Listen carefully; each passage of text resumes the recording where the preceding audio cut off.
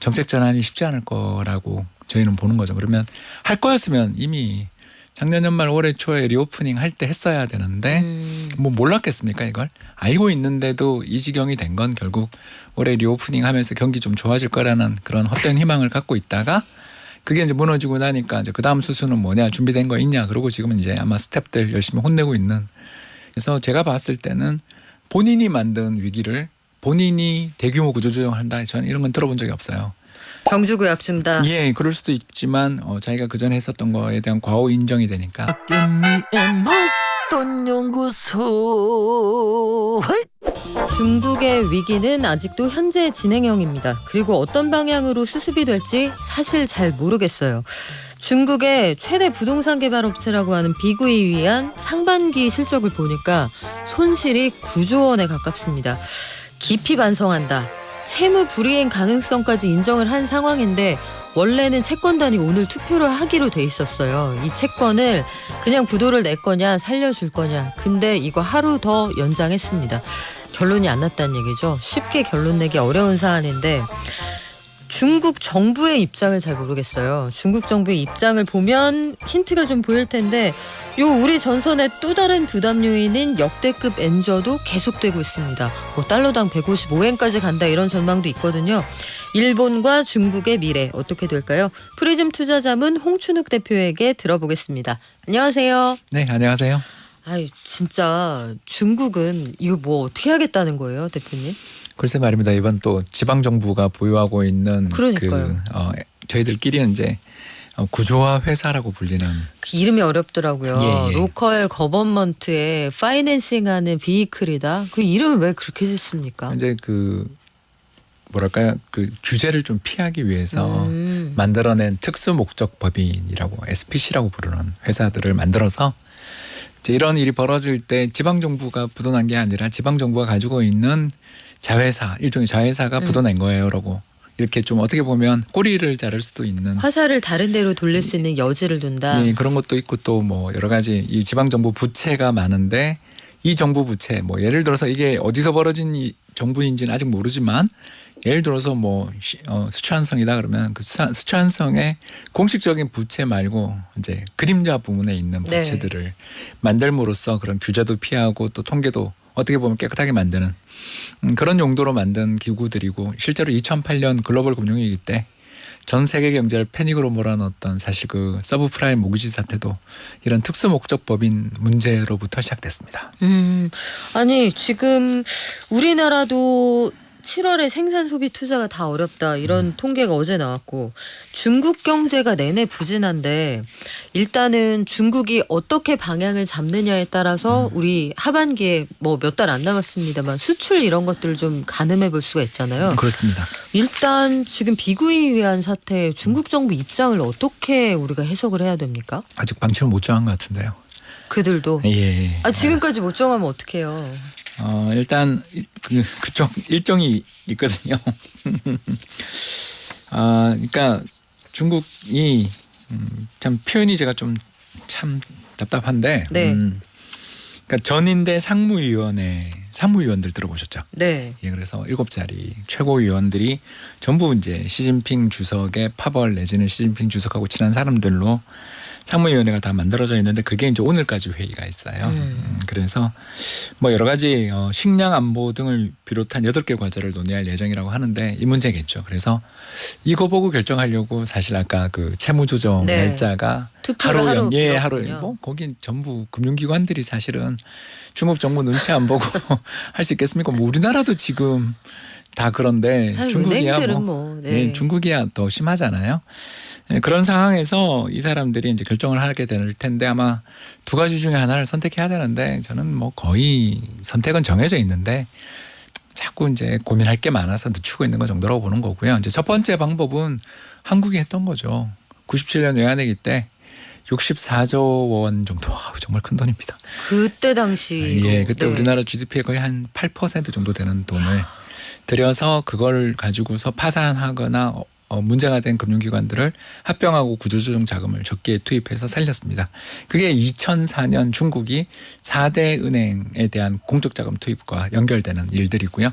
그래서 그때 2004년에 그 일을 해내면서 어떻게 보면 후진타오 정부 10년이 그 뒤 12년까지 이어졌던 후진타오 정부의 그 어마어마한 경제 성과의 대부분은 사실 제가 봤을 때는 중국의 4대 은행 부실 문제를 공적자금으로 해결한 그 결단에서 시작됐다고 저는 보는데 할 수 있을지. 왜냐하면 이 문제의 파급이 전부 2021년 공동부유 정책 시행부터 그렇죠. 왔지 않습니까? 네. 그리고 뭐 사실 그 전부터 2017년에 이미 그걸 공식화한 게 21년에 노골화된 거니까요.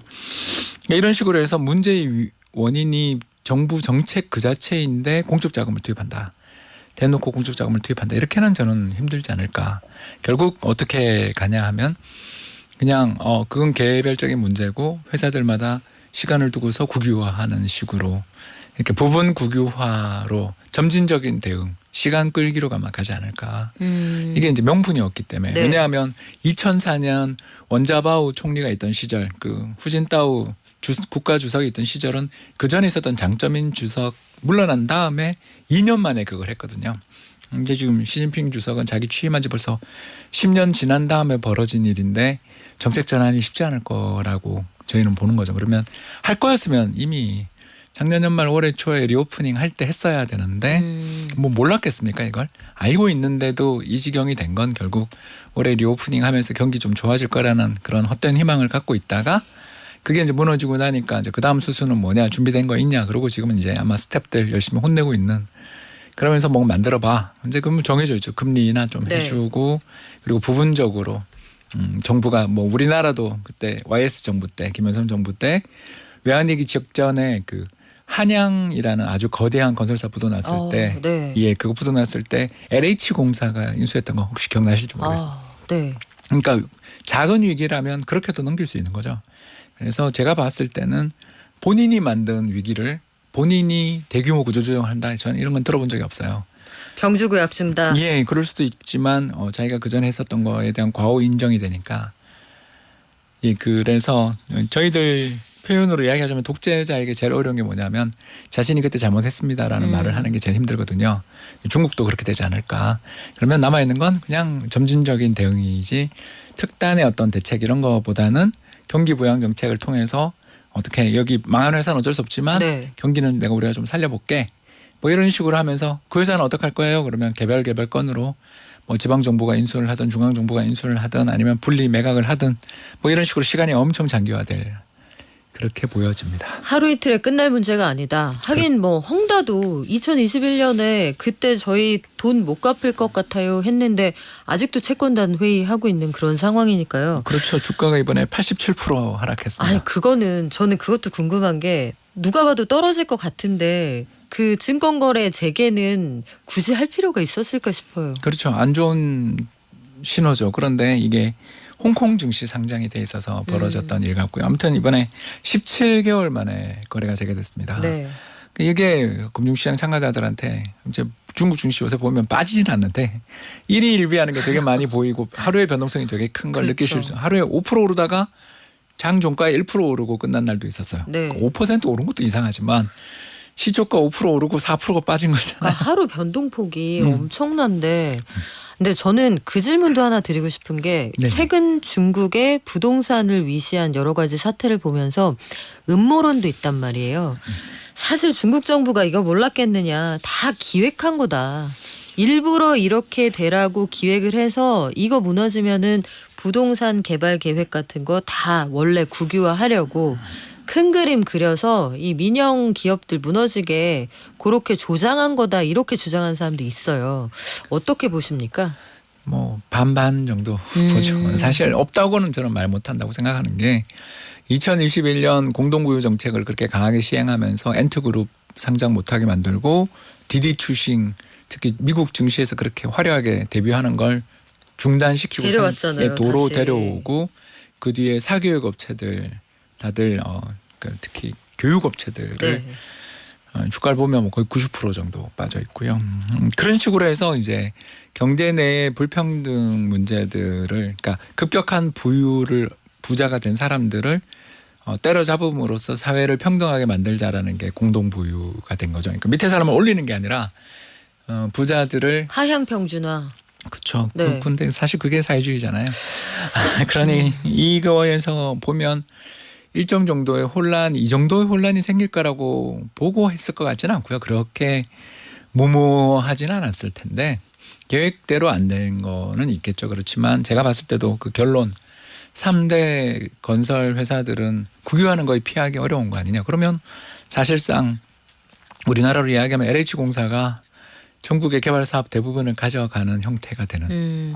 그래서 여러 가지 부작용이 나타나잖아요. 엄청나겠죠. 우리나라 네. LH공사 그 광명 시흥지구 보금자리 주택 건설 계획들 기억 안 나세요? 2020년입니다. 네. 예, 그 LH공사 사태가 난 것만 봐도 알지만 특정 집단이 이렇게 중앙 집권이라는 게 말은 참 좋아 보이는데 개별 지역마다 걸려있는 수많은 이권과 이해관계자들의 조정 문제 속에 거기에다가 월급 받는 사람들이 그 일을 한다. 말도 안 되는 이야기인 거고요. 의사결정권을 가진 사람이 돈도 집행하고 정보도 가지고 있다. 지금 말씀하신 그 광명지구 사태가 다들 기억하실 거예요. LH에서 이 개발 사업 담당하는 담당자들이 그 정보 가지고 내가 땅 투기했다. 그래서 부자 됐다. 싹도 안 나는 묘목 갖다 심어놓고 참 정말 그렇게 디테일하게 기억까지는 저는 안 나는데요. 네 그런 생각이 나는데 아니 중국에서 이렇게 하면 좋아요. 중국 경제는 그동안 민간 기업에서 팍팍 크면서 그러니까 돈 많은 사람이 많이 나오면서 일자리 만들고 그렇게 성장한 게 중국 경제 아닙니까? 그 스스로 이제 성장의 싹을 자른 행동이죠. 그럼 자해잖아요. 이제 그게 더 중요하지 않아라고 결정한 거 아닌가라고 우리가 걱정하는 거죠. 지금 우리에게는 그게 중요한 게 아니야. 그러니까 이제 1989년 천안문 이후 중국 내에서 벌어졌던 양대 세력의 갈등이 그때 이제 진원이라는 분이 이제 보수파 중에 대표였고 반대편에는 당연히 덩샤오핑이 있었고요. 네. 이제 덩샤오핑 같은 사람은 강경 진압까지는 동의했지만 여기서 개혁의 방향을 물꼬를 뒤로 돌리는 것은 불가능하고 만약 여기서 다시 예전처럼 국영농장의 인민공사 시스템으로 돌아간다면 우리는 붕괴된다. 라고 이야기를 했고 그게 남순 강화라고 해서 그 남쪽의 개혁개방 정책의 효과를 입었던 대도시를 중심으로 해서 덩샤오핑 지지운동 또는 덩샤오핑의 그 기차를 따라가면서 대규모 지지 시위가 조직되면서 결국 이제 진원으로부터 권력을 뺏었고 그게 어떻게 보면 장점인 후진타오까지 20년 이 정책을 펼쳤는데 네. 이제 이번에 시진핑 주석의 정책의 흐름과 기조를 보면 지난 20년, 그러니까 천안문 이후 20년에 걸친 경제 성장의 과실은 좋지만 너무 나라가 썩었고 자본주의가 만연하고 있고 그리고 사회는 불평등해지고 있어서 점점 더 위기가 커지고 있다라고 평가를 한 세력들에 의해서 정부가 바뀐 거라고 봐야 되는 거고 그 바뀐 정부의 정책에서 노선에서 놓고 본다면 경제 성장을 중시하기보다는 분배, 사회주의가 그거잖아요. 사실은 선성장 후 분배를 외쳤던 덩샤오핑이 이상한 사람인 거고 이제 다시 야. 20년 만에 보수파가 잡았고 네. 지난 10년에 걸친 어떻게 보면 과거에 있었던 뭐 여러 가지 그런 문제들을 청산해오고 이제는 더 본격적으로 사회를 평등하게 만들고 또 사회주의적인 균등한 부를 만들어내기 위해서 부자들을 더 억압을 해야 되고 부동산 가격은 여기서 올리면 안 되고 라는 쪽으로 본다면 이건 어떻게 보면 개혁을 위한 그리고 긍정적인 사회주의 국가 건설을 위한 불가피한 희생이다라고 볼 수도 있는 면이 있는 거죠. 정화 작업을 하고 있다 일종의. 근데 갑자기 80년대가 떠오르네요. 아니 근데 이게 참 형용 모순인 게요. 그때도 지금도 리더는 본인이었단 말이에요. 본인이 해온 정책에 대한 평가를 제3자처럼 하고 있다. 그래서 제일 걱정되는 게 최근에 보니까 뭐 중릉도 마찬가지입니다만 신탁 회사들이 줄도산할 수 있다. 이른바 중국판 시스템적 위기, 맞습니다. 중국판 리먼 사태가 벌어질 수도 있다라고 하는데 이거는 실제로 그럴 가능성이 이게 있습니까? 가능성이 있어요. 아니 없지는 않죠. 이게 왜 그러냐면 이제 이 토지 개발 신탁 회사들, 우리로 말하면 부동산 투자 신탁 회사나 시행 개발 회사들하고 연결되어 있는 여러 금융기관들이 연쇄적으로 문제를 일으킬 수밖에 없고. 이건 당연히 집값이 또 지금 계속 빠지고 있으니까. 네. 지금 7월달 기준으로 해서 주요 70개 도시의 신규 상품 주택 가격, 그러니까 신규 분양 가격에 보면 20개 도시만 상승. 70개 도시 중에서 네. 그리고 나머지 49개 도시 정도가 하락을 하는 정도입니다. 그래서 특히 일선 도시인 그 광저우라든가 선전, 상해, 베이징 같은 우리로 이야기하면 이제 직할시급 정도 네. 되는 그런 도시들은 그래도 보합권인데 문제는 이제 2선 도시, 3선 도시 그 해안에서부터 안으로 들어가면 2선, 3선이라고 생각하시면 되는데 거긴 죄다 빠지고 있거든요.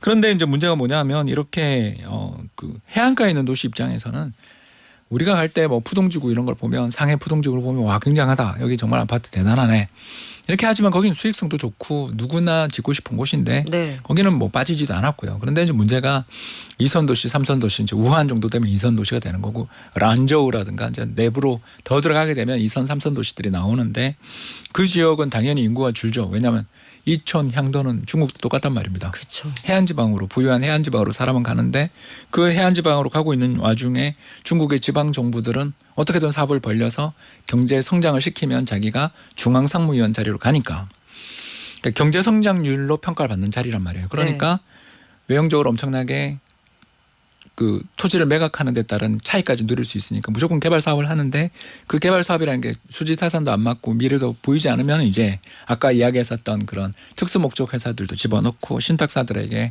이거 나 이자 수익률 보증 잘해줄게. 네. 왜 우리나라 부동산 PF하고 비슷하죠? 저희도 걱정이 돼요. 예, 그렇게 가는 겁니다. 네. 그렇기 때문에 이게 어디까지 돼 있냐 뭐 이거에 대해서 밝혀진 정보가 없다는 게 이게 제일 무서운 거고요.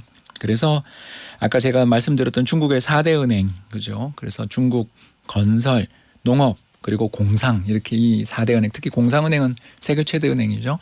이런 중국 4대 은행들의 그런 뭐 부동산 관련돼 있는 예를 들어서 이번에 컨트리 가든 네.